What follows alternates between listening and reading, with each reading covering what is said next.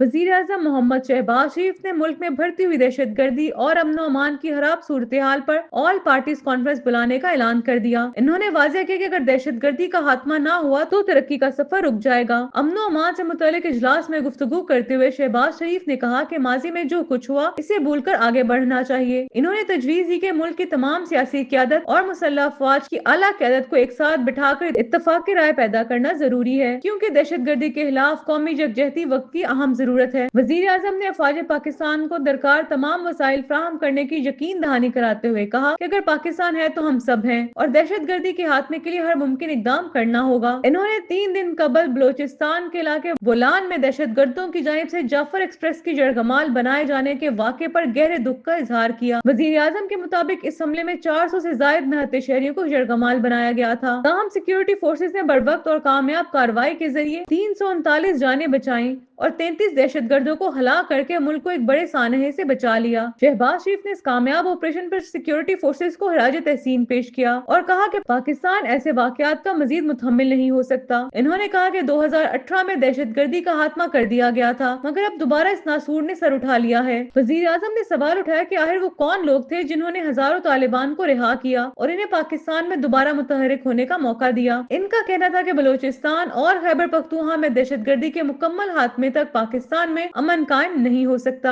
इसके लिए चारों सूबों और वफाक को अपनी जिम्मेदारी अदा करना होगी। शहबाज शरीफ ने बाज़ हलकों की जानिब से दहशतगर्दी के खिलाफ जंग में फौज पर की जाने वाली तनकीद को अफसोसनाक करार दिया। इनका कहना था कि दुश्मन पाकिस्तान और इसकी फौज के खिलाफ जहर उगल रहा है, मगर कुछ लोग अंदर से भी इसी झंडे पर काम कर रहे हैं। वजीर आजम के इस बयान के बाद कौमी सतह पर दहशतगर्दी के खिलाफ एक मुअस्सर हिकमत अमली तरतीब देने की जरूरत मजीद उजागर हो गई है, जिसमें सियासी क़यादत, सिक्योरिटी इदारे और अवाम सबको अपना किरदार अदा करना होगा।